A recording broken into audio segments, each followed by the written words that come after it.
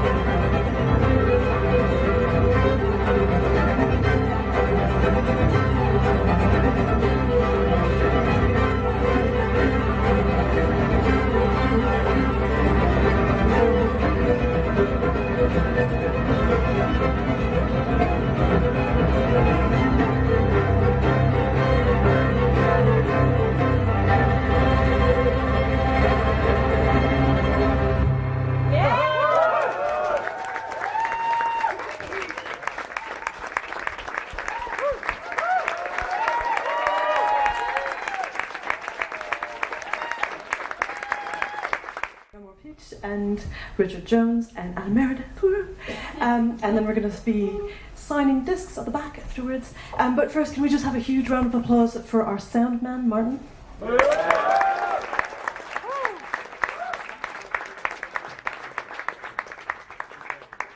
And we've got two special guests who are also special guests on our album. They're here in the audience. We've got Emma Smith, who did some of the tracks for violin. And we've got the trumpetist, oh my god, I don't know.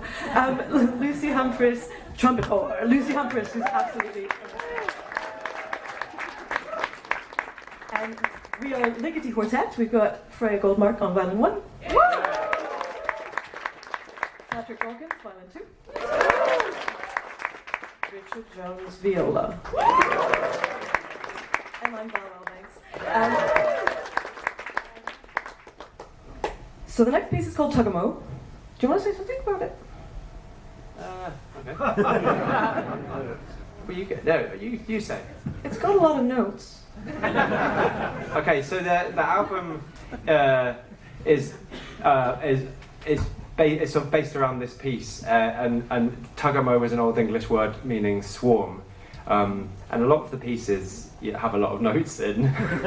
Actually, sort of our thing, and so yeah, it's a swarming, fun piece, and it's the sort of opening track on the album. So yeah, we're going to finish with Tugamo by Anna Meredith.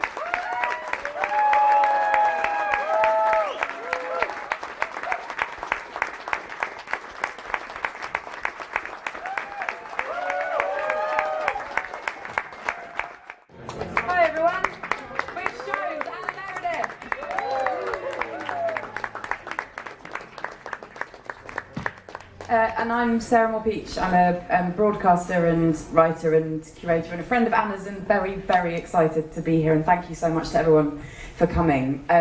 We amazingly have half an hour to talk. Do you think you can stay standing for half an hour? Yep. Yes. To and fro the bar, of course. And at the end of our little chat, there'll be an opportunity to buy the amazing album, signings, all of that. Do you notice, just to say very skillfully, that nobody said the name because none of us know how to say it? So go on, can we have take I one? think it's a nuck. But You think it's a nuck? Well, I don't know. I was totally going for nuke. Well, no, I go with Rich thinks it's a nook. nuck. Nook. Yeah. Sort of nanook It's kind of like kind a of feel to it. niche or something. Like no, it's like a cute little nook. It's like a So it's like finding your. Would it not have been spelled N-O-O-K in that case? Can we? Yeah, but it's not. So where does it come from? It's a beekeeping thing, Okay. and it's like it's a shortening of a word that means where many bees live. Are there any I'm a bit beekeepers in the audience Please say here? no. I think we did find an article online that disputed the pronunciation of Sure. it, didn't we? I think it's a flexible. I think it's like, I think a lot of people would say nuke. Yeah, which is maybe we a would little say- less. Yeah. But I think the idea was that it was like, to me, it was that we are like taking these kind of existing things, because what they do with a nook or a nuke or what do you call it? No. Nuck. I mean, Then they take one of these things and it's like the nucleus of a bee colony, and if you want to start another bee colony, Yes. you can like buy them on eBay, on Amazon or something, or like online, and you get a little like starter pack. nucleus of a starter pack, flat pack bee house, and then that's how you get your new bee colony. So I thought Yes. this is the like whole clever plan. We had a whole Yeah. big stressful exchange, right? Yeah. Where we were looking. It's like we're taking like your stuff and we're like putting it somewhere else. That was my. Yes, that's. And also there's loads of stuff to do with bees and swarms in the album. That is very elegant. You know, you could have gone into that whole other way without it sounding like you had no idea what the album was called, why it was called that, but sort of made it up as you went along. What I really loved, Rich, was your description at the beginning of the kind of way that you started to think about an album before COVID. Then you kind of recorded a bit of it first. Then COVID happened, recorded a bit more. That whole like creative trajectory of a project and an album in the before times used to be really traceable, and now it feels like it's, whenever I ask a musician about, you know, how did this project come about, they're like, oh, I think at some point I had an idea and then there was a pandemic and then maybe the idea sort of went underground. And so how did it actually begin at the very beginning? Like, when was the moment that you went, hey, we should do Anna's music, and Anna really wanted to do a collaboration with you? Well, we just played a lot of stuff by you over the years, didn't we? I mean, and we used to live near each other in Camberwell, Yeah. and then we were playing one of Anna's early pieces called Songs for the M8, and you came over and listened to it, and listened to us play it, and that was about 10, it was a long time ago, 10 years ago. Right. And then we kept playing, we just had lots of new pieces. I think we commissioned you Yeah. once or twice or something, and then we did a lot of pieces by you, and then we suddenly realised that we have almost an album. Yeah, and you've always been very long-suffering, and it's been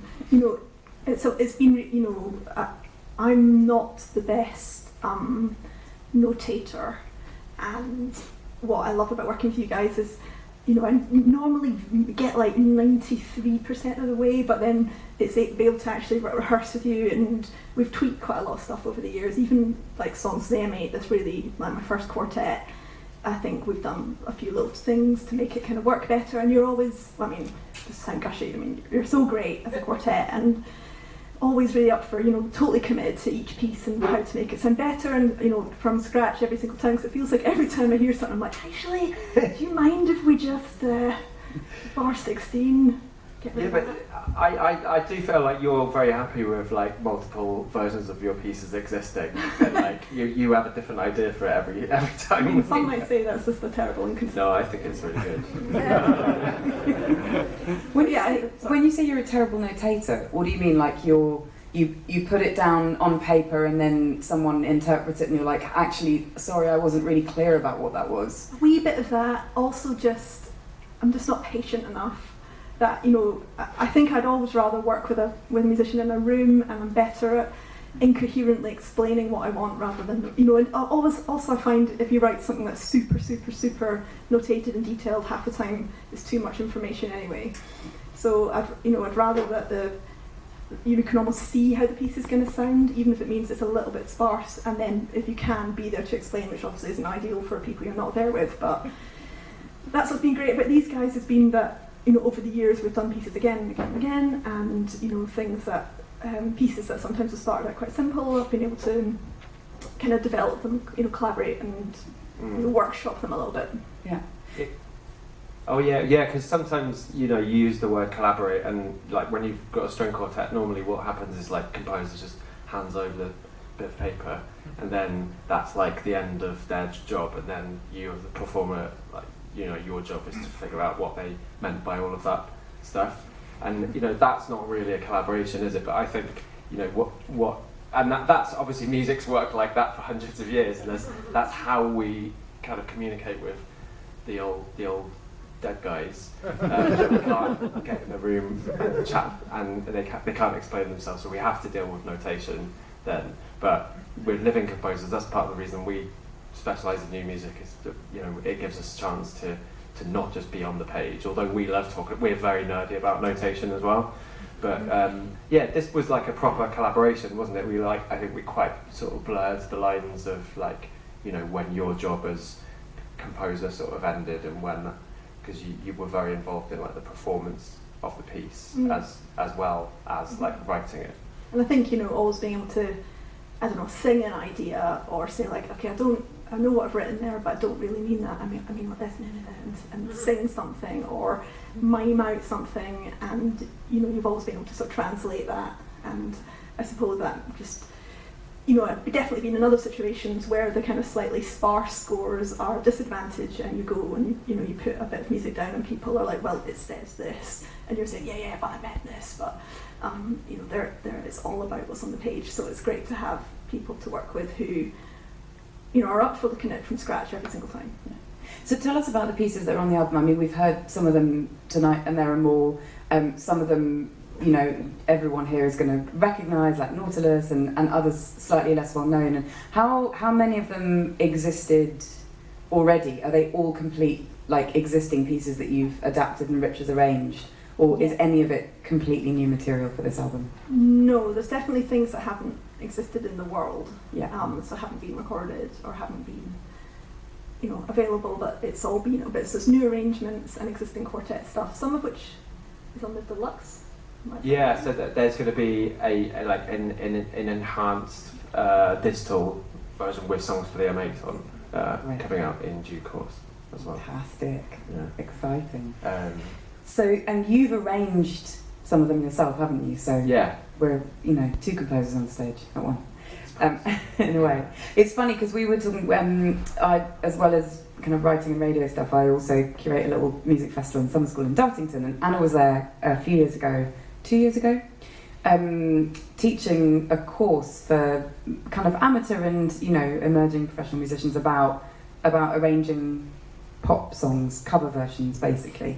And that is effectively what's going on here, in a way, that you're writing string quartet covers of Anna's music. Yeah, and it is an interesting, I think there was some stuff that was easier than we thought, and some that was maybe harder, that, some, tracks, obviously like Honeyed Words and Blackfriars, have a string focus, but, Rich is a super experienced arranger, and so it's funny just trying to get that combination of what is the kind of essence of the track and the material, and how to do that. And some stuff, we ended up adding in some bits of electronics as well, because it felt like the track wasn't the track without that, even in a subtle way.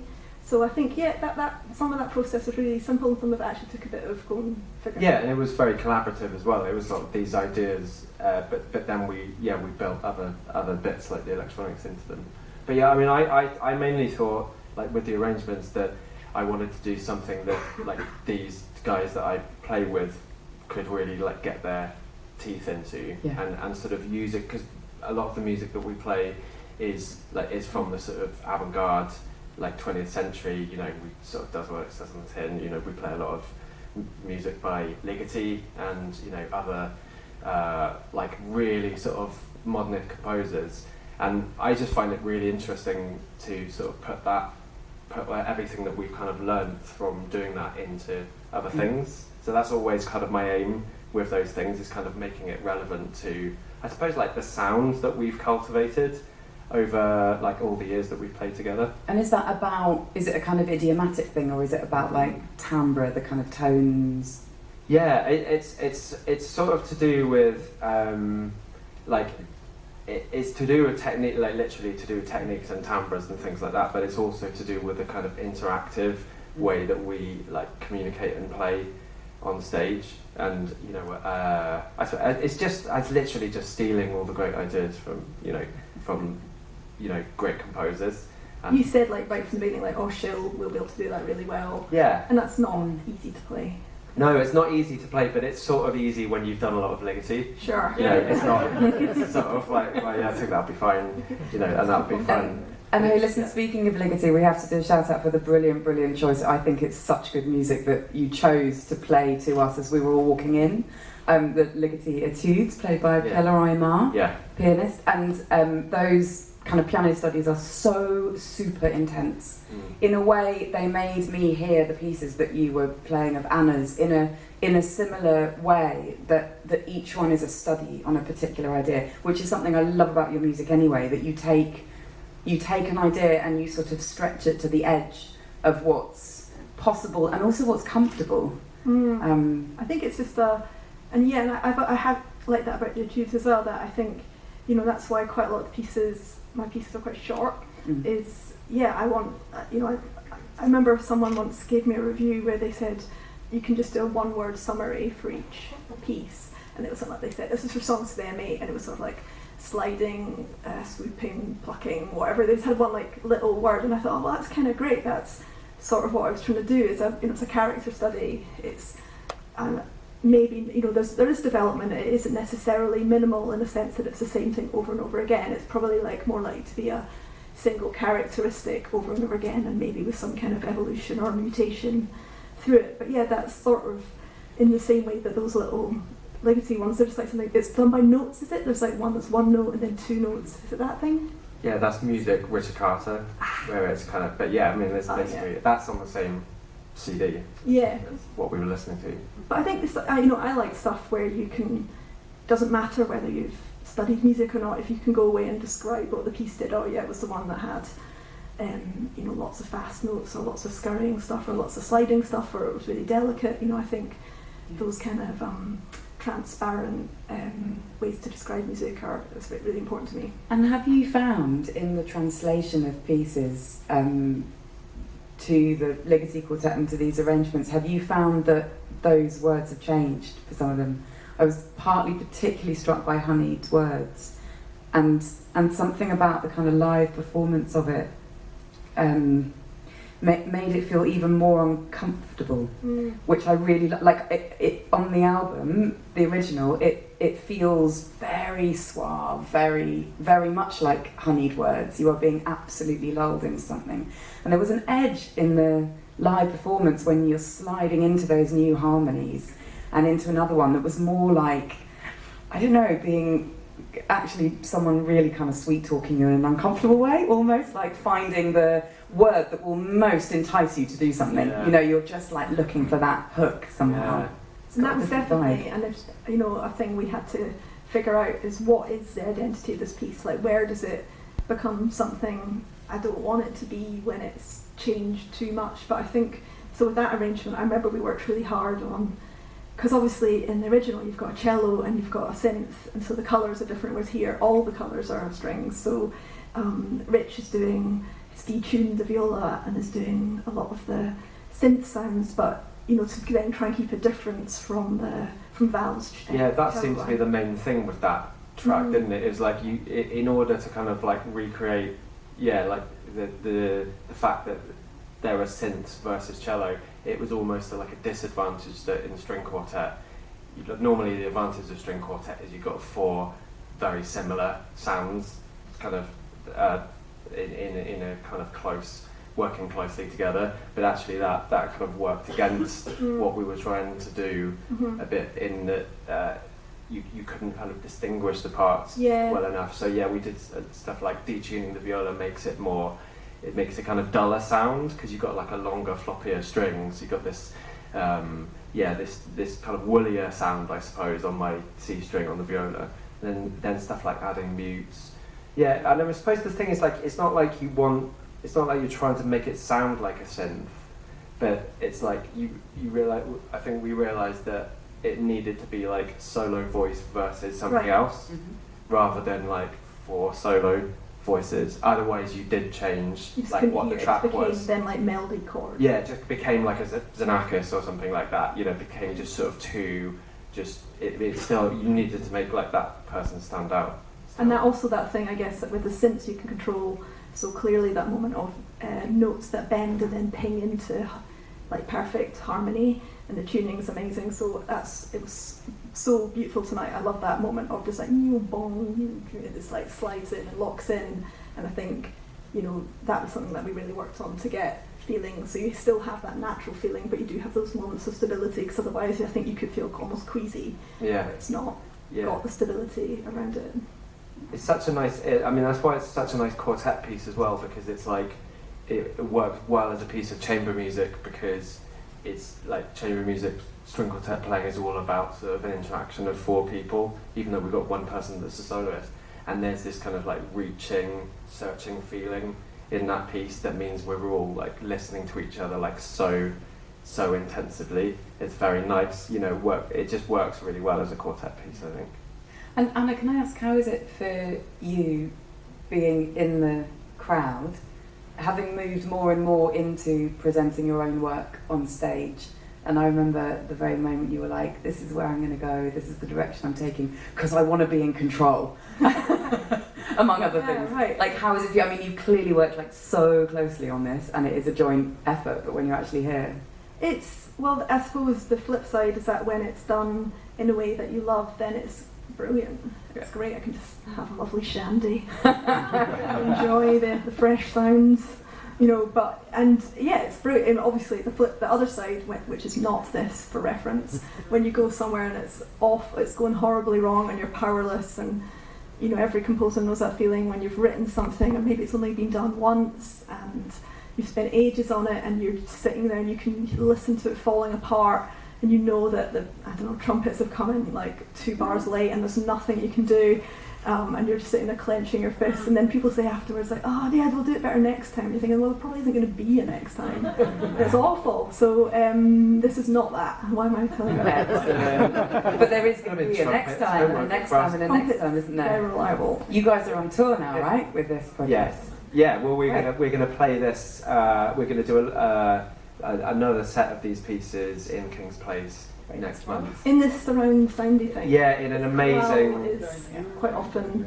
Yeah, the chorale that you heard originally, that's written. Anna wrote it for quadraphonic speaker setup, so you should have 2. Originally, the idea was you have 2 speakers behind you as well as 2 in front. So but in King's Place at the moment, they've got this amazing like D&B. What's it called? Soundscape system, where they've got like speakers all around the room, and it means that in a piece like chorale, you just like the sound is just flying around, and it becomes like a kind of object. It's unbelievable. It's well worth getting a ticket. I remember just as when with that piece, which I'd forgotten about, so I listened to it again today, but it was that the way. So I just took a little Zoom recorder to an MRI machine, and the guy was literally like, oh yeah, I'll run it through cancer too. And I was like, oh yeah, I'll play like Arthritic Hip 6, it's a good one, it's a real banger. And it's like, played me, like all these like little, and he's sitting there, and I'm sort of sitting on my Zoom, but yeah, it was literally just like the greatest MRI hits. Is there a different noise for different diseases? Yeah, because the way they have to scan the depth and stuff. Really? Yes, it's totally. Which is the best? I can't remember. It's all quite traumatic. It's amazing. Yeah. And what compelled you to do that in the first place? I mean, that's a good question. It was actually an Albra music thing, because I mean years ago with Mira Calix, where the 2 of us were collaborating. I can't even remember how this nuts idea came, but we were told to suggested to go and record this MRI, and we both used it in very different ways. But we did a little solo piece each, and that was my one, and she did one, and then we did one together, and then sort of, so that was, a really long time ago, sort of fast and sound days. But I think the idea was, it was called Break. That was it. It was a sort of, they made this amazing installation where they dangled sort of lights from the ceiling, and it was all about sort of scanning and brains, and then we had this access to this MRI scanner, very indulgent hindsight. I think they cost the idea of someone just running it on for our musical seems slightly use of its time, isn't great it? use of the NHS. Well, at least it has a life now, right? There we go. And it continues to enthrall and delight. Right, there we go. Look, it's been half an hour. How are the soles of your feet doing? Are they good? Okay, it's time to get a drink and do some signing. So can you please put your hands together for Anna Meredith, Rich Jones, and all of the Ligeti Quartet, and head down that way for the signing.